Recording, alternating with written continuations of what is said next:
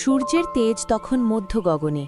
রতন সারাদিনের হাড়ভাঙা খাটুনির পর জমি থেকে সবেমাত্র বাড়ি ফিরেছে। তার শরীর ক্লান্ত, মন অস্থির, পেটের মধ্যে ক্ষুধার আগুন, যা সে তার নিজস্ব গ্রামীণ ভাষায় প্রকাশ করে। কি গো বউ, কোথায় গেলে? জলদি করে দুটো খাবার নিয়ে এসো তো। সেই সকালবেলা তো না খেয়েই জমিতে কাজ করতে চলে গেছি। এখন যে খিদে জ্বালায় পেটের ভেতরে ছুঁচো দৌড়েচ্ছে। উফ, এখন যে একদমই ভালো ঠেকছে না গো। জলদি করে এসো তো। ভাগ্যিস জমিটা আজ তাড়াতাড়ি শেষ হলো। এত বেলা হয়ে গেছে, এখন যদি বউয়ের রান্না শেষ না হয় তবে তো আজ উপোস। এই মেয়েটা চিরকালই এমন, কাজের সময় হুঁশ থাকে না। বউ কমলা একটি শক্ত মোটা লাঠি হাতে প্রবেশ করে। তার চোখে মুখে স্বামীর প্রতি যত্ন ও সরলতা। ওগো, এই নাও লাঠি। এই লাঠি দিয়ে তোমার পেটের ছুঁচোটাকে মেরে ফেলো তো দেখি, নইলে যে ছুঁচোটা তোমার পেটে থাকলে আরও ক্ষতি করবে, তাই না গো? হায় রে পোড়া কপাল, এ আমি কি বউ বিয়ে করেছি গো? শেষে কিনা একটা বোকা বউ বিয়ে করে নিজের কপালে নিজেই কুরুল মারছি। হায় হায় হায় হায়, আমার জীবনটাই বুঝি একেবারে শেষ হয়ে গেল। এই বোকা বউকে নিয়ে আমি কিভাবে সংসার করব কে জানে বাবা। ওগো, আমি আবার কি করেছি গো? তুমি এত রেগে যাচ্ছ কেন? আমি তো তোমার ভালোর জন্যেই ছুঁচোটাকে মারতে একটা লাঠি নিয়ে এসেছি। তুমি আর দেরি না করে এক্ষুনি লাঠি দিয়ে তোমার পেটের ছুঁচোটাকে একেবারে মেরে ফেলো তো। লাঠি দিয়ে আমার পেটে ছুঁচো মারতে হবে না গো। ওই লাঠি দিয়ে আমার মাথায় একটা বাড়ি দাও, আমিই মরে যাই। হায় রে, পেটের খিদের জন্য আমি কথার কথা বলেছি, পেটের ভেতরে ছুঁচো দৌড়াচ্ছে, আর তুমি কিনা সেই ছুঁচো মারতে লাঠি নিয়ে এসেছো। তোর ছাতা, আমি আর বাড়িতেই থাকবো না, আমি এই গেলাম দূর। রতন দ্রুত হেঁটে বাড়ির বাইরে বেরিয়ে যেতে থাকে। হঠাৎ বৃষ্টি শুরু হয়। ওগো, তুমি এই বৃষ্টিতে ভিজে কোথায় যাচ্ছ? অন্তত ছাতাটা তো নিয়ে যাও। আরে রাখো তোমার ছাতা, খিদের জ্বালায় পেট হচ্ছে ভাজা ভাজা, আর তুমি কিনা নিয়ে এসেছো ছাতা। যত সব আশ্চর্য। উনি রেগে গেলেন কেন? আমি আবার কি করলাম? আমি তো তার ভালোর জন্যই লাঠিটা নিয়ে এসেছিলাম, কিন্তু সে কি না আমাকে ভুল বুঝল। উফ, পুরুষদের মন বোঝা ভার। বোকা হলেও কমলার হৃদয়ে কোনো ছলনা ছিল না, কিন্তু রতনের চোখে তার সরলতা ছিল এক অমার্জনীয় মূর্খতা। আরে রতন দাদা, তুমি না একটু আগেই বাড়ি খাবার জন্য গেলে, আবার এখনই চলে আসলে যে? বৃষ্টিতে ভিজে তো কাহিল। আর বলো না দাদা, এই বোকা বউকে বিয়ে করে পড়েছি এক বিপদে। আমি খিদের জ্বালায় বলেছি, ওগো বউ, খিদের জ্বালায় পেটের ভেতরে ছুঁচো দৌড়াচ্ছে, আর সে কিনা আমার জন্য একটা লাঠি নিয়ে এসেছে সেই ছুঁচোকে মারতে। এসব কি বলছো তুমি দাদা? আরে দুনিয়াতে এরকম বোকা হয় নাকি গো? তাই বলতে হবে, রতন দাদা, তুমি একটা ভালো বউই পেয়েছো, আর ভালো বউটা হলো বোকা। আরে হেসো না দাদা, হেসো না। তুমিও যখন এরকম একটা বোকা বউ পাবে, তখন হাড়ে হাড়ে টের পাবে যে বোকা বউ নিয়ে সংসার করা কি জ্বালা। তোমার মতো অত বোকা আমি নই যে একটা বোকা বউ বিয়ে করে ঘরে আনবো, বুঝলে? আমার শশী, সে হলো সাক্ষাৎ সরস্বতী। কি কথা, কি বুদ্ধি! যদিও তার চালাকি মাঝে মাঝে সহ্যের অতীত। আচ্ছা দাদা, আমাকে বড় দেখে একটা রুই মাছ দাও তো। আহা, অনেকদিন পর রুই মাছ খাওয়ার জন্য মনটা ছুটে গেছে। আজ পেট ভরে রুই মাছ দিয়ে ভাত খাবো।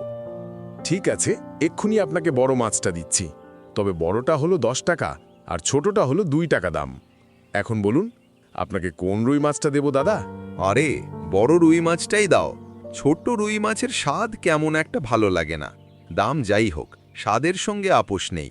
আচ্ছা দাদা, ঠিক আছে, আপনাকে এখনই বড় রুই মাছ দিচ্ছি। যাও দাদা, আজ পেট ভরে রুই মাছ দিয়ে ভাত খাও। ধন্যবাদ নকুন।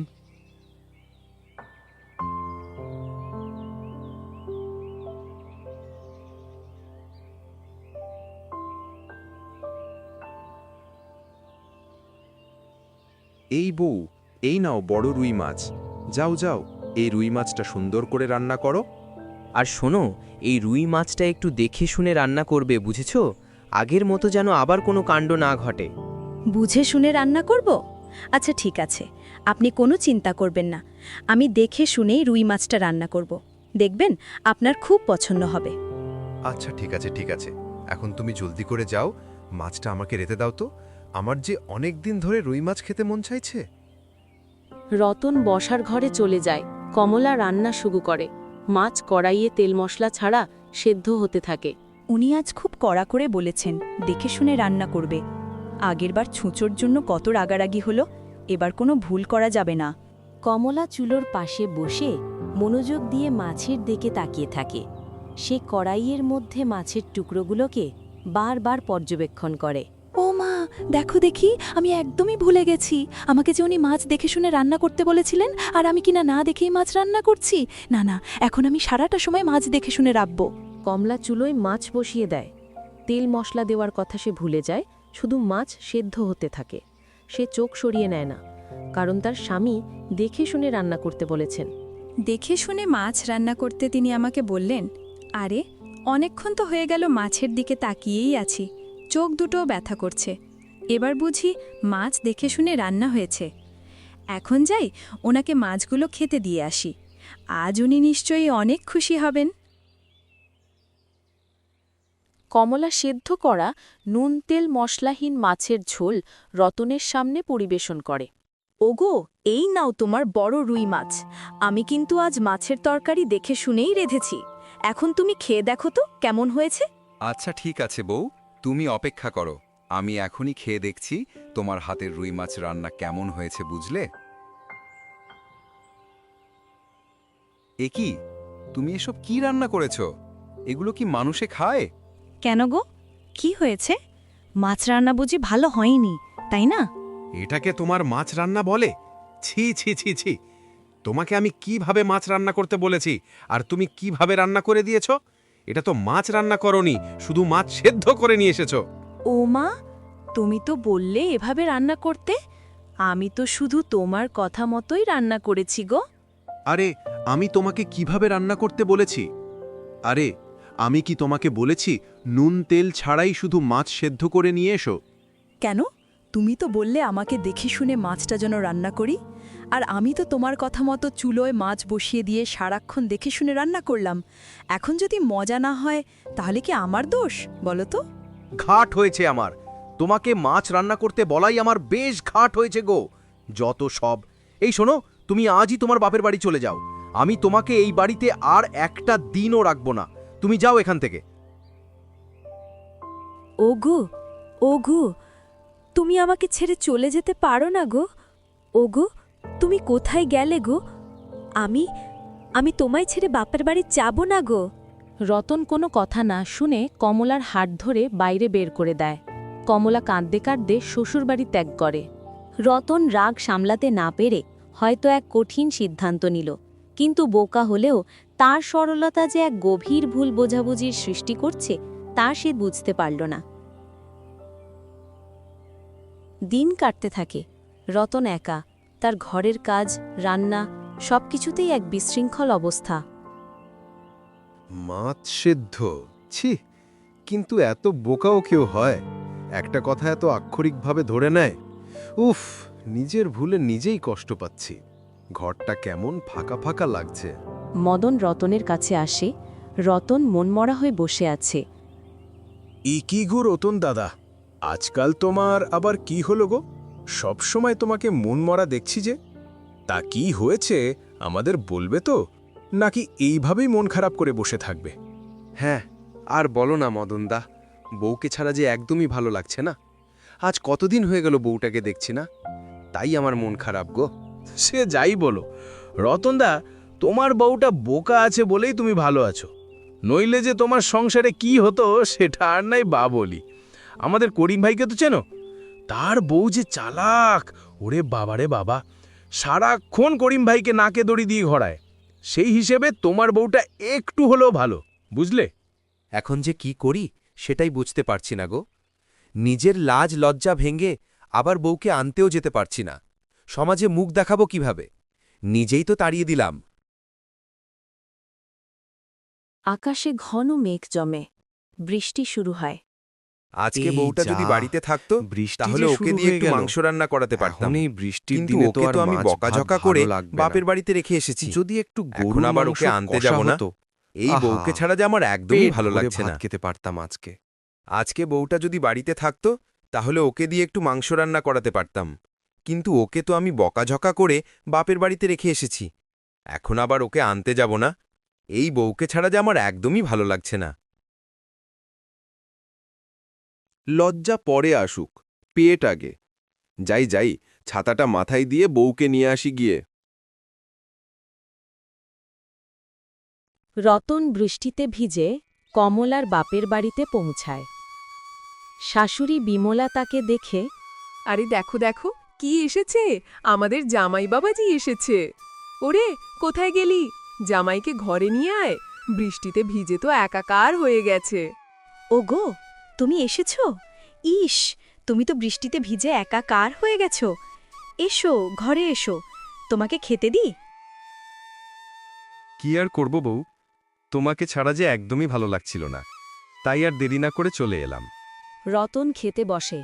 প্লেটে সুস্বাদু গরুর মাংস কষা ও গরম ভাত। রতন তৃপ্তি করে খায়। আহা কি স্বাদ! বলতেই হবে, আজকের মাংস রান্নাটা খুবই ভালো হয়েছে গো। খাও বাবা, খাও, আরও পেট ভরে খাও। আজ বৃষ্টি নেমেছে বলেই তোমার বউ মাংস রান্না করতে বলেছে। বলতে হবে মা, আপনার মেয়ের মাথায় বুদ্ধি আছে, নইলে কি আর আমি এ সময় এসে মাংস ভাত খেতে পারতাম? আহা, আজকে মাংস রান্নাটা যা হয়েছে না, ইস, ইচ্ছে করছে সব খেয়ে ফেলি। ওগো, তুমি পেট ভরে খাও। আহা, তুমি কথা বলো না তো। তা মা, এরকম মজার মাংস রান্নাটা আপনার মেয়েকে একটু শিখিয়ে দিলে হয় না? মানে এরকম রান্না তো আর সবসময় এখানে এসে খেতে পারবো না, তাই বললাম আর কি। মানে মানে আরে কি সব বলছো বাবা, তোমার যখন মন চাইবে তুমি তখনই চলে আসবে, বুঝলে? আর শোনো, আজকের এই মাংসটা আমি রান্না করিনি, এটা তোমার বউ নিজে নিজে করেছে। হ্যাঁ, কি কি বললেন মা? আমার বউ? ও বউ, এই তুমি সত্যি করে বলো না, এই মাংস রান্নাটা তুমি করেছ? আমার যে বিশ্বাস হচ্ছে না গো। কিন্তু কিভাবে কিভাবে তুমি এত মজার রান্না রেঁধেছ? হ্যাঁ, আমার মেয়েকে একা একা রান্না করতে দিলেই ও অনেক ভালো রান্না করে, আর যদি আমরা কিছু একটা শিখিয়ে দিই তাহলেই উল্টো পাল্টা করে ফেলে। ওকে তার নিজের বুদ্ধি খাটাতে দিতে হয়। ও, আজ থেকে তুমি তোমার মন মতো রান্না করবে? আমি কখনোই তোমাকে রান্না করবার জন্য কিছু বলবো না। আজকে তোমার হাতের মাংস রান্না খেয়ে আমার যে মন প্রাণ সব জুড়িয়ে গেছে গো। এই চলো চলো চলো চলো বউ, আমরা আজই বাড়ি ফিরে যাই। এরপরে এই বৃষ্টিতে তোমার হাতের মাংস রান্না দিয়ে পেট ভরে ভাত খাবো। আর কোনো দিন আমি তোমাকে বকা দেব না।